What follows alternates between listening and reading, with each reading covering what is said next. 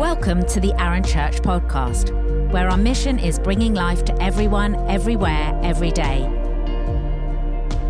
Each podcast episode features the latest talk from our church, which are released weekly. We're passionate about Jesus, love to worship together, and are committed to changing our community for the better. Connect with us at arunchurch.com.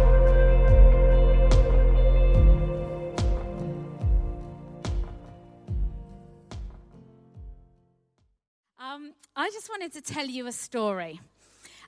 This story is set in the 16th century, and it is up in Lincolnshire, and it starts in this house here. And what happened was there was a young couple, and they were expecting a baby, and tragically, the husband died 3 months before the baby was born. It was very, very sad. And then the baby was actually premature when he was born, and they didn't think that he was going to last long. They didn't even think that he would last the day. He was so small that they said that they could put him in a milk jug. And in those days, in the 16th century, it was an amazing thing if you lived when you were premature. But this little boy, he did live.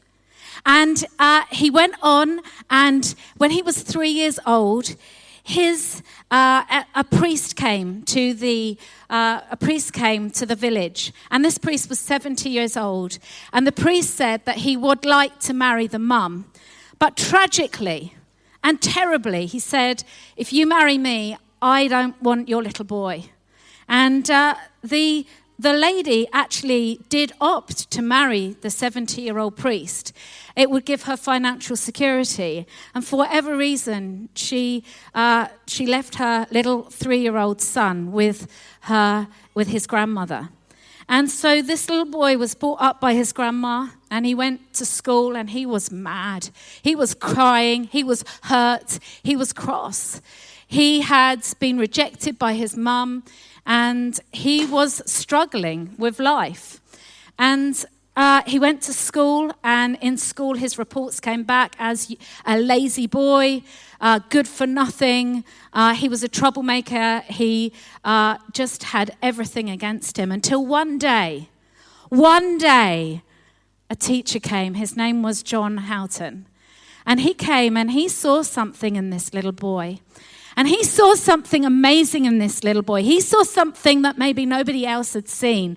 And he thought, I think there's something in you that's absolutely incredible. I think there's something in you that's genius. And so he started to pour his life into this little lad. He started to teach him.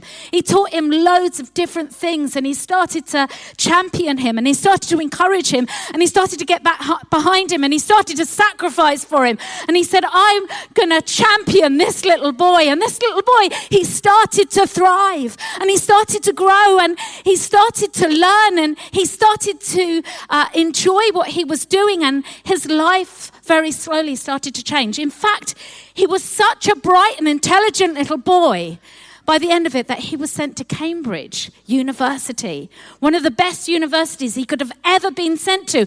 And he learnt there, and he became the most amazing mathematician. He was incredible in his intellect and the way that he learned. And he created the law of gravity. That little boy was Isaac Newton, the famous scientist that everybody must know for all of the amazing intellectual things that he did. On his gravestone, he was buried at Westminster Chapel, and on his gravestone it says this: here is buried Isaac Newton, who by a strength of mind almost divine. And at the end it says, there has never existed such a great an ornament of the human race.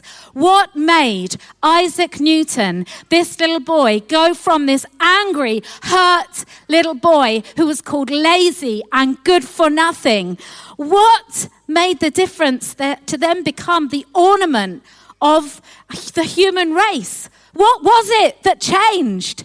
It was one man called John Houghton that stood in that gap, that stood in that place, that championed the next generation, that saw something in him and thought, I am going to sacrifice my life. I'm going to make sure that that little boy thrives and grows.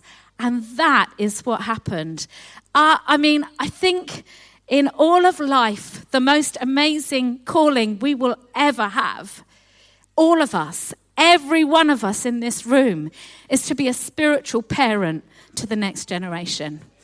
That is the more important than anything else probably that we'll ever do, to champion somebody else, to give our lives, to pray, and do that for somebody else is probably the most important thing that we will ever do. And of course, it talks about it all the way through the Bible. It talks about the generations.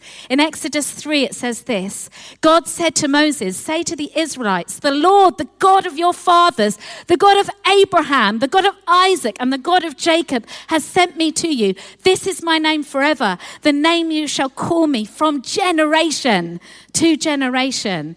In Psalm 78, it says, we will not hide them from our descendants. We will tell the next generation the praiseworthy deeds of the Lord. All the way through the Bible, we have God talking to the generations. Isaac, the generation of Isaac and Jacob and Abraham. He doesn't just label one. He talks about the whole of it, the whole of the generations. He is passionate for generations. And then when I look at all of the stories in the Bible, I just feel so inspired. Look at, there's Moses, right? Moses is invited in Exodus 33 into the presence of God. He is invited to just be with God, and he accepts that invitation. And he could have so easily gone all by himself into the presence of God and experienced the glory of God all by himself, but he didn't choose to do that. He said, Joshua, you're coming with me. And he taught Joshua about how to be in the presence of God. And he introduced him to the glory of God, because Joshua was going to lead the next generation. And Moses needed to help him. He needed to get alongside him. He needed to say, the presence of God is like this, Joshua. And he found that happening with him. And then, of course, we got Samuel and Eli. Okay, Eli is a priest in the Old Testament, and Samuel was a little boy that went to live in the temple. And he was living in the temple, Eli's the priest, and Samuel starts to hear in his dreams. He hears a voice and it says, Samuel, Samuel. And he doesn't understand, what's that all about? So he goes to Eli, the older man, the older generation, and he says to Eli, there's somebody calling my name. And Samuel says, and Eli says, it's God. God's calling your name. Listen to God. He teaches him. He teaches the younger generation about hearing the voice of God, about hearing what God is calling him to do. It makes an amazing impact on Samuel's life. And then we have Elijah and Elisha. Now, Elijah in the Bible was an amazing prophet, absolutely full of the Holy Spirit of God and seeing miracles here, there, and everywhere.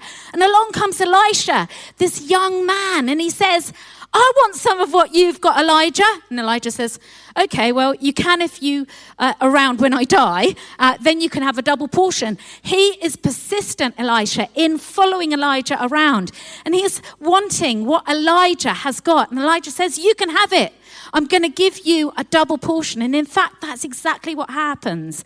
And in the Bible, we see that Elijah, the older man, he saw 8 miracles, and Elisha 16.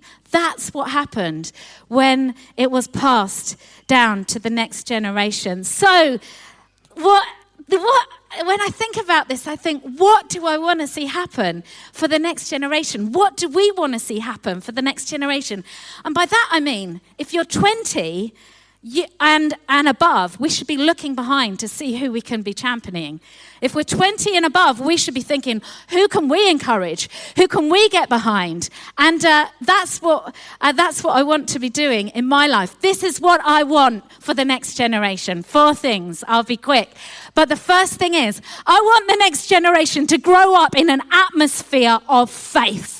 Complete, absolute faith. I'm not talking about unreality. I don't want that. I want us to be a real church that talks in reality.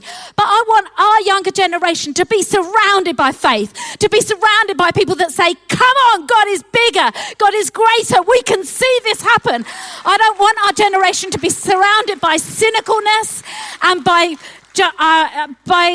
anything that is not good for them. I want them to be surrounded by faith and people that say, God is going to do an amazing thing in this town.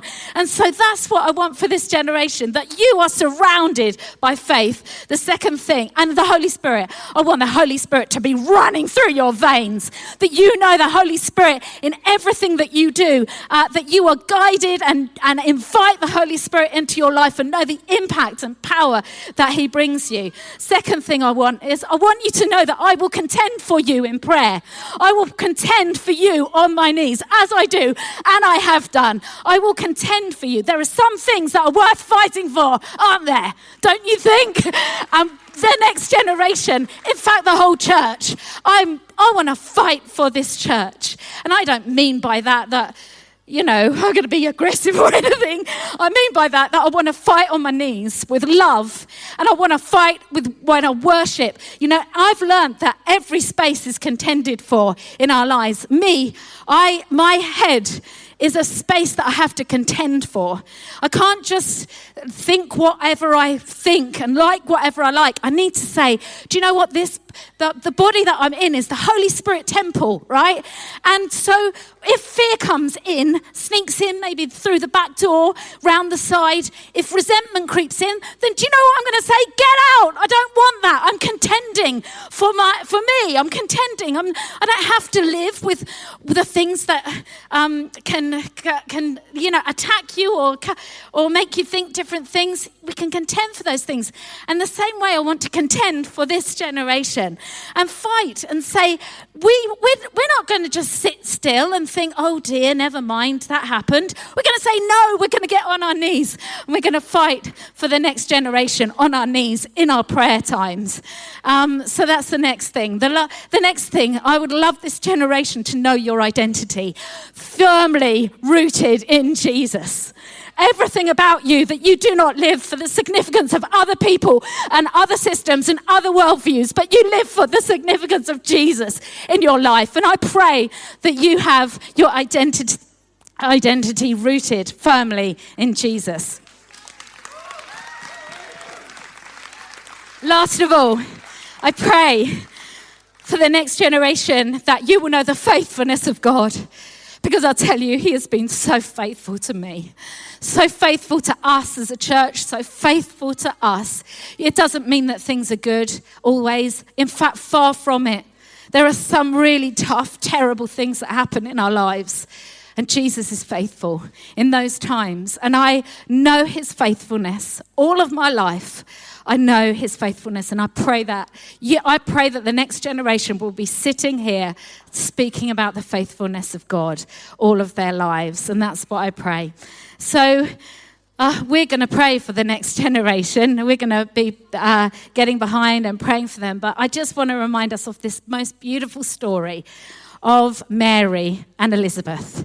Mary was just a very, very young girl, wasn't she? When the angel came and said, you're going to have a baby and that baby's going to save the world. She would have been probably about 13, so young. She would have faced the whole world against her at that point. Everybody, who would have believed her? I don't think I would have believed her, let alone anybody. Who would have believed Mary? No one. She would have been outcast. And do you know where she ran? She ran to Elizabeth. Elizabeth, who was older in years and had never had a baby, but was pregnant at that time. And Elizabeth welcomed her into her house and into her life. And she said, I'll champion you, Mary. And I think that relationship was an amazing thing that happened to that young girl. Just like with Isaac Newton having a teacher like he did. What an amazing thing.